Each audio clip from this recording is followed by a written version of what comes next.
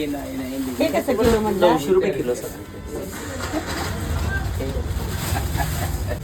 ही 1000 न किलो ना. हां ठीक.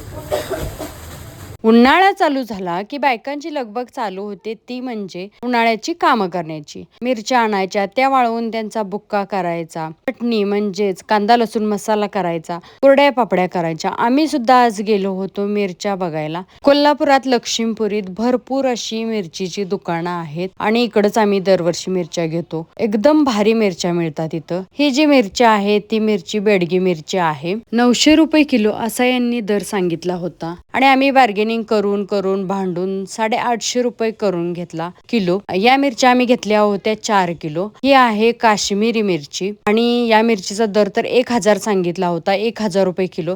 त्याच्यामध्ये त्यांनी 1 रुपया सुद्धा कमी केला नाही. त्या आम्ही घेतल्या 3 किलो. काश्मीरी आणि बेडगी मिरची या शक्यतो कलरसाठी म्हणून आम्ही वापरतो. आणि या आहेत जवारी मिरच्या. जवारी मिरच्यांचा दर त्यांनी 450 रुपये किलो सांगितला होता आणि तो आम्हाला त्यांनी 400 रुपये करून दिला.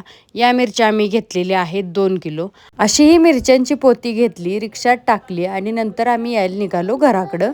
एकूण 3 प्रकारच्या मिरच्या आम्ही घेतल्या होत्या. बेडगी मिरची 4 किलो, काश्मीरी मिरची 3 किलो आणि जवारी मिरची तिखटासाठी म्हणून 2 किलो, अशा एकूण 9 किलो मिरच्या घेतल्या होत्या. या सगळ्या मिरच्या आम्ही 4 दिवस एकदम करकरीत अशा वाळवल्या आणि नंतर याचे देठ मोडायला घेतले. देठ अर्धे अर्धेच मोडायचे, सगळे देठ काढले तर चव लागत नाही चटणीला असं म्हणतात, म्हणून आम्ही पण अर्धे अर्धेच देठ मोडतो. आणि संध्याकाळच्या वेळी सावलीत बसून अशा पद्धतीनं देठ मोडायला गेलं तर कंटाळा पण जास्त येत नाही. दिवसभर ऊन जास्त असतं त्यामुळं अशी कामं करायला नको वाटतं, म्हणून आम्ही संध्याकाळी 6 वाजताच अशी देठ मोडायला बसलेलो आहोत. देठ मोडून झालेल्या मिरच्या अशा पोत्यामध्ये भरल्या आणि आता उद्या या डंकावरून बारीक करून आणणार आहे. भेटूया अशाच एका नवीन व्हिडिओमध्ये. चला बाय.